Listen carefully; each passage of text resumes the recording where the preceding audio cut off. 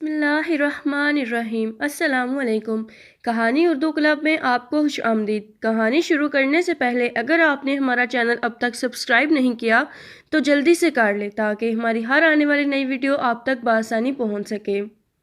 राबेल की बातें वहां से गुजरती सजीला ने सुनी थीं और मनोवन अपनी वालदा माजिदा की खिदमत में गोश गुजार करने चली थीं। लेकिन हैरत अंगेज तौर पर सुल्ताना बेगम ने कुछ रद्द अमल नहीं दिया था, जिस पर सजीला भी हैरान हुई थी। राबेल बेड पर बैठी हाथों पर मसाज कर रही थी जब वसाम कमरे में आया। उसके सामने बैठा ही था एक पुरस्कार मुस्कुराहट।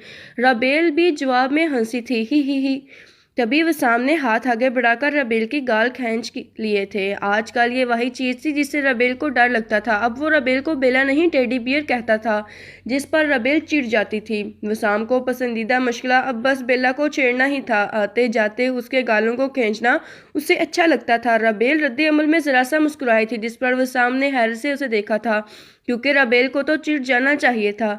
बेला, क्या हुआ, सब ठीक है ना? वसाम ने इस्तफसार किया। कोई अनहोनी जब महसूस होती है ना वसाम, तब दिखने में तो सब ठीक रहता है, लेकिन दिल जानता है कि कुछ पुरस्रार है।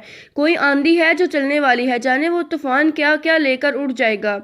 राबेल ने ठंडे सांस लेते हुए कहा था और वसाम ने सामने बैठी अपनी बीवी को देखा था और सोचा, ये लड़की भी अजीब है। कभी रोते हुए हंसती और कभी हंसते हुए पुरस्रार हो जाती है, कभी धूप जैसी तो कभी छाऊं जैसी, लेकिन बिल्कुल शफाफ। कोई वसाम से पूछता तो वो बताता कि राबेल का ये धूप छाऊं जैसा होना ही तो उसे आशिक बना गया था। वो धूप छाऊं जिसे लड़की अब वो तोता थी जिसमें वसाम की जान थी। लेकिन कभी कभी होता है ना कि हम बहुत ज्यादा चाहत देकर भी अपनी मोहब्बत की हिफाजत नहीं कर पाते। ऐसा ही था वसाम के साथ भी। आज वलीमा था और सब लोग तैयार हो रहे थे। आज राबेल ने फरमाइश की थी कि वो सब औरतों के साथ आएगी, सब मजे करेंगे। वसाम तो उसे खुश देखकर खुश था। वलीमे का इंतजाम हवेली से फासले पर था, जहां खुले में सजावट की गई थी।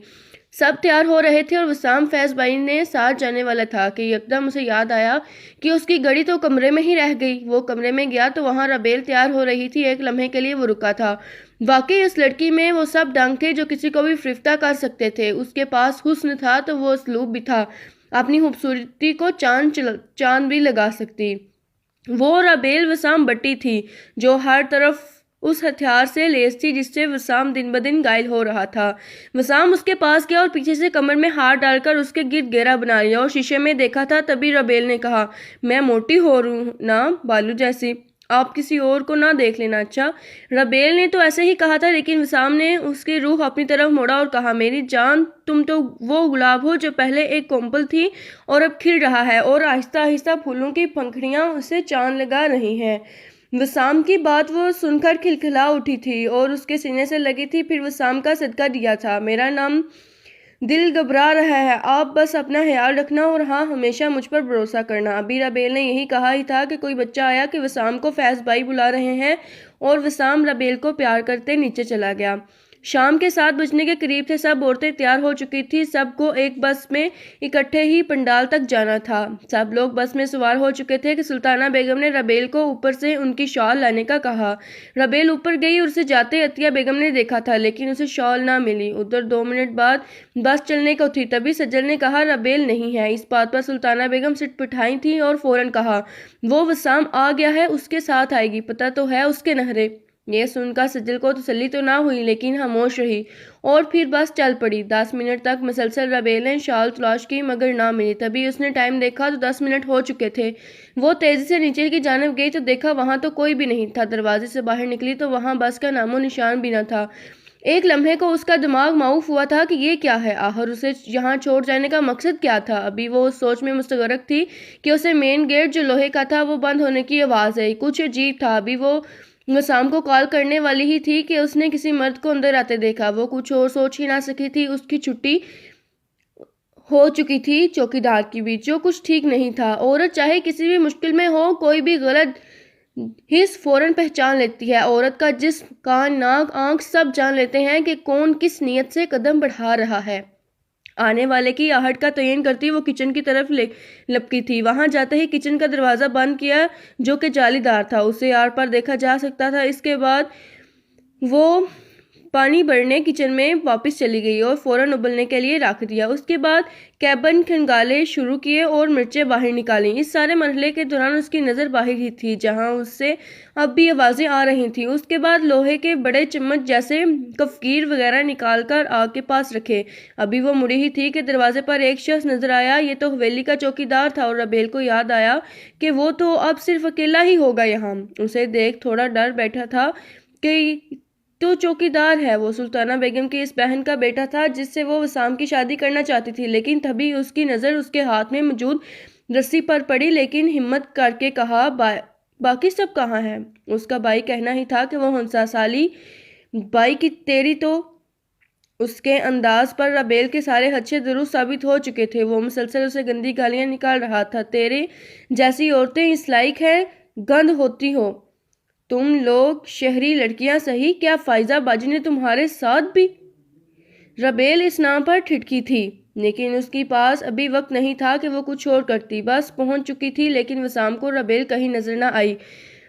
सज्जल भाभी से पूछा तो उन्होंने कहा कि अम्मी कह रही थी कि वो आपके साथ आएगी। वसाम अम्मी से कोई बात करता उससे पहले कि बिलाल उसके पास आया और बोला, मजनू परेशान लग रहा है भाई। वसाम ने उसे सारी बात बताई ही थी कि उसका फ़ोन बजा। रबेल ने वसाम को वीडियो कॉल लगाकर एक मैसेज लिख दिया था और फिर फ़ोन सामने बर्तनों वाले स्टैंड पर लगा दिया था, जिससे सारा मंजर साफ नजर आ रहा था। वसाम कॉल उठाते ही स्क्रीन रिकॉर्डिंग शुरू हो गई थी। बिना वक्त जाया किए यहाँ आए। वसाम ने मैसेज पढ़ते ही रिकॉर्डिंग शुरू की और बिलाल को लेकर हवेली की जानिब बढ़ा। नजरें मुसलसल स्क्रीन पर थी जहाँ का माहौल बहुत कुछ बता रहा था। चौकीदार दरवाजे तोड़ने की कोशिश में था और साथ उसकी बड़बड़ाहट भी नुमाया थी। मेरी बहन का हक ले उड़ी खाली, तुझे तो आज मैं बताऊंगा। और भी काफ़ी बातें। तभी दरवाज़ा टूटा था और वो एक ही झटके में अंदर आया था। रबेल ने बिना वक्त जाया किए करीब आते शख्स पर मिर्चों से भरी मुट्ठी का वार किया था। उसके साथ मौजूद रस्सी गिरी थी। अभी वो संभलने ना पाया था कि रबेल ने खोलता हुआ पानी उसके सर में उंडेल दिया। सिकंदर चौकीदार तो जैसे रूह की फना हो गई हो। उसकी ज़मीन पर लेट कर वो तड़पने लगा था, लेकिन वो भी रबेल थी। उसे बखूबी अंदाज़ा था कि मर्द अगर किसी की इज्जत तार तार करने की ठान ले तो चाहे वो कितना ही जख्मी क्यों ना हो जाए, शैतान की ताकत उसे हार मारने नहीं देती। रबेल ने दूसरा पैन भी आधा उस पर उंडेल दिया था। सिकंदर के तड़पने में ताकत आ गई थी। तभी एक और गैलन रबेल ने चूल्हे पर चढ़ा दी। उसके बाद इन्हें खोलते जख्मों पर मिर्चें डाली थीं। अब उसकी हालत अधमुए जैसी थी। फौरन उसकी लाई रस्सी से उसके हाथ पांव बांधे थे। अब वो महफूज थी, लेकिन अभी भी वो चौकस खड़ी थी। उस दौरान गर्म पानी उस पर भी गिरा था, लेकिन वो कमजोर नहीं पड़ी थी। तभी गेट पर वसाम की गाड़ी के हॉर्न की आवाज आई। वसाम भागता हुआ अंदर आया था और अंदर रबेल बिखरी हालत में मजबूत खड़ी थी। उसे देखते ही उसकी तरफ लपकी और फिर उसके सीने से लाकर फूट फूट कर रोने लगी। औरत चाहे जितनी भी मजबूत बन जाए, लेकिन अपने मुहाफिज के सामने लाकर सारे जब टूट जाते हैं। वो भी रोई थी और वसाम उसका तो बस नहीं चल रहा था कि सामने मौजूदा शख्स को जान से ही मार दे। वसाम सब कुछ आंखों से देख चुका था, लेकिन खामोश खड़ा बस देख रहा था, बिना कोई भी लफ्ज कहे, बस खामोश। उसने आगे बढ़कर सिकंदर को खोलते या कुछ कहने की कोशिश नहीं की थी। वो बस रबेल के साथ लगाए खड़ा था। तभी बिलाल अंदर आया और फौरन सिकंदर के पास गया और उसे लात से मारना शुरू किया। कमीने, मेरी बहन को हाथ लगाएगा? हाँ, तेरी इतनी हिम्मत, रुक जा, आज तू गया। वसाम एकदम होश में आया था और बिलाल से कहा, अभी छोड़ देखते हैं, रुक जा। वसाम के इस चांद से रवैये को देखकर बिलाल भी हैरान हुआ था। वसाम रबेल को लेकर बाहर आया था और बिल्कुल स्पॉट चेहरे के साथ ही फर्स्ट एड बॉक्स लेकर उसके सामने बैठा था। उसके जख्म साफ करने की कोशिश की। तब तक बाकी सब भी आ चुके थे, क्योंकि खाना तो पहले ही लग चुका था। इसके बाद बिलाल ने वहां कॉल करके सब कुछ सच सच बता दिया। कुछ ही मिनटों में सब अंदर आए थे, लेकिन वसाम गायब था। नरमीन ने आगे बढ़कर रबेल को अपने साथ लगाया था और बिलाल किचन से सिकंदर को लेकर आया था। उसकी हालत देखकर सब हैरान हो गए थे। सुल्ताना बेगम का तो वो हाल था कि काटो तो बदन में लहू नहीं। सब कुछ सबके सामने था। वसाम भी आ चुका था। तभी सुल्ताना बेगम ने कहा, तुम्हें जरूरत ही क्या थी हाँ यहाँ रुकने की, जब सब जा रहे थे? तुम्हें भी जाना चाहिए था। इस बात पर रबेल ने उन्हें हैरानी से देखा और कहा, अम्मी आपने ही कहा था मेरी शाल ले आओ। रबेल का ये कहना था कि सजीला एक दिन बपरी थी। कम तरफ इल्जाम लगाती है हाँ मेरी माँ पर, तू ही बन है खुद का इल्जाम हम पर डाल रही है। अभी ये सब जारी था कि सुल्ताना बेगम की बहन अंदर को आई और अपने बेटे को इस हालत में देखते ही रोने लगी। सूरत हाल तो बिल्कुल ही अलग थी। सब लोग रबेल को ऐसे देख रहे थे जैसे वो ही मुजरिम हो। आंटी रुसाना ने भी उसे ही कोसने देने शुरू कर दिए थे। उसने मेरे बेटे को रोका होगा यहाँ, वरना वो तो किसी को देखता भी नहीं। बाद में इल्जाम भी हमारे सर। रबेल के रोने में तेजी आ चुकी थी और हैरत अंगेज तौर पर वसाम बिल्कुल खामोशी से खड़ा था, सब देख रहा था। उसकी आंखों में कोई रंग नहीं था। उस बढ़ते शोर की शह लेकर सुल्ताना बेगम आगे बढ़ी और रबेल को मोटी सी गाली दी। इससे पहले कि वो उस पर हाथ उठाती, उनका हाथ हवा में ही मुअल्लक रह गया था। अतिया बेगम और दादा साहब जाने कब से सब कुछ सुन रहे थे, लेकिन अब अतिया बेगम की बर्दाश्त खत्म हो गई थी। आगे बढ़कर फौरन उनका हाथ पकड़ा और सबके सामने कहा, रबेल की गवाह मैं हूँ। उसने मेरे सामने उसे ऊपर भेजा था। जिसने गाली देनी है मुझे दो। यही खड़ी है अतिया बख्शदाद भट्टी, अब बोलो। उनकी इस बात पर जैसे सब खामोश हो चुके थे और हर किसी की जुबान को ताला लग गया था। कितने अफसोस का मुकाम है सुल्ताना, बेटियां तो सबकी सांझी होती हैं, सास बनी है या हुदा। किसी की बेटी को जलील करने से पहले अपनी कोख में झांका क्या तूने? अतिया बेगम की आवाज में तासुब था, लेकिन वो भूल गई थी कि हर सास माँ नहीं बांध सकती। हमारे माशरे में लफ्ज इज्जत सिर्फ अपनी बेटी, माँ और बहन तक मफकूद रखा जाता है। हमारी बहू या कोई और लड़की इस इज्जत लग के लफ्ज के लिए मेयार नहीं रखती, क्योंकि वक़ात तो सिर्फ अपनी औलाद का नजर आता है। अगर अपनी बेटी को कोई छेड़ भी जाए तो दिल पर हाथ पड़ता है, लेकिन जब वहां आप कोई बहू हो तो सब एक टांग। अतिया बेगम का ये रूप देखकर सब अंगश्त बदना थे। उनकी आवाज़ तो क्या, वो भी अरसे से किसी को नजर नहीं आई थी।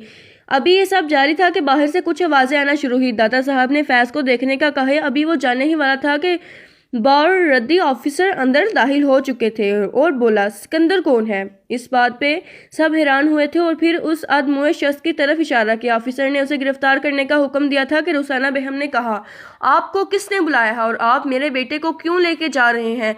देखे नहीं इसकी हालत इस डाई ने क्या बना दी है? इनकी बात अभी मुकम्मल ही हुई थी कि वसाम ने कहा, मैंने बुलाया है उन्हें।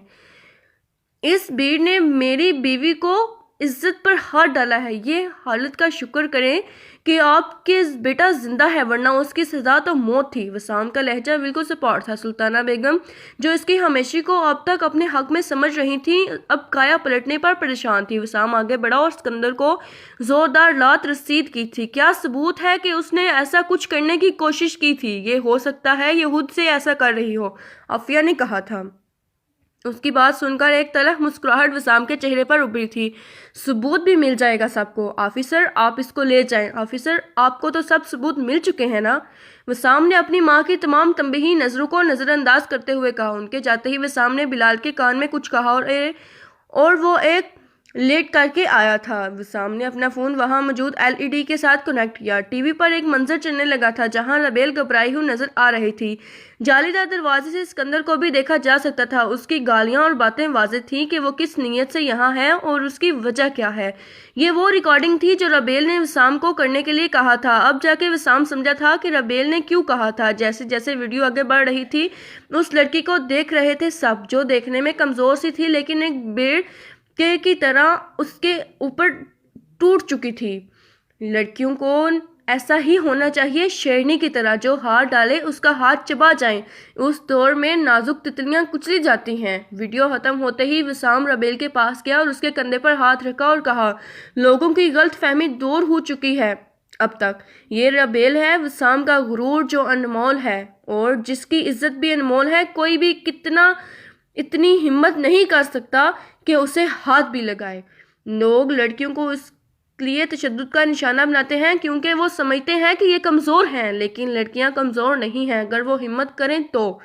वसाम के अल्फाज नहीं थे जैसे आबे हयात, वो रबेल को मिल चुके थे। वो जो तब से वसाम की खामोशी देख रही थी, अब यकदम ताज़ा कली की तरह मुस्कुरा रही थी। वसाम उसके बाद रुका नहीं था, बल्कि दादा साहब से कहा था, हमें अभी घर जाना है। सबके कहने के बावजूद रात हो चुकी थी, वो रुका नहीं था। वो रबेल को लिए चला गया था। दादा साहब भी अतिया बेगम के साथ वापस रवाना हो गए थे। बाकी सबको कल आना था। गाड़ी में बैठते ही वह सामने रबेल की चुप महसूस की। बेला, कहीं दर्द हो रहा है क्या मेरी जान? इसकी बात पर रबेल ने सर में ना से हिलाया और फिर वसाम के लहजे में परेशानी वाज़ेह थी। अम्मी ने मुझे शॉल लेने खुद भेजा था वसाम। रबेल उससे ज़्यादा कुछ ना कह सकी थी। मैं जानता हूँ, मुझे तुम पर कभी शक था ही नहीं, और दादी के बोलने के बाद तो किसी को भी नहीं रहा होगा, क्योंकि सब जानते हैं कि वो झूठ नहीं बोल सकती। उन्हें कोई नहीं जुटला सकता। यहाँ तुम फिक्र नहीं करो, मैं तुम्हारे साथ हूँ हमेशा, वसाम ने वसूख से कहा था। लेकिन उसे नहीं मालूम था कि हालात के दायरा तो कभी भी बदला जा सकता है। मेरे होने में किसी तौर तो शामिल हो जाओ। तुम मसीहा नहीं होते हो तो कातिल हो जाओ। दश्त से दूर भी क्या रंग दिखाता है जुनून। देखना है तो किसी शहर में दाखिल हो जाओ।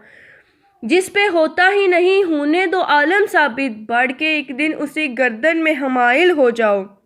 वो सितमगर तुम्हें तस्हीर क्या चाहता है। खाक बन जाओ और इस शख्स को हासिल हो जाओ। इश्क क्या करे हिवस भी कोई आसान नहीं है, से पहले उसी काम के काबिल हो जाओ। अभी पैकर ही जला है तो ये आलम है मियाँ। आग ये रुख में लग जाए तो कामिल हो जाओ।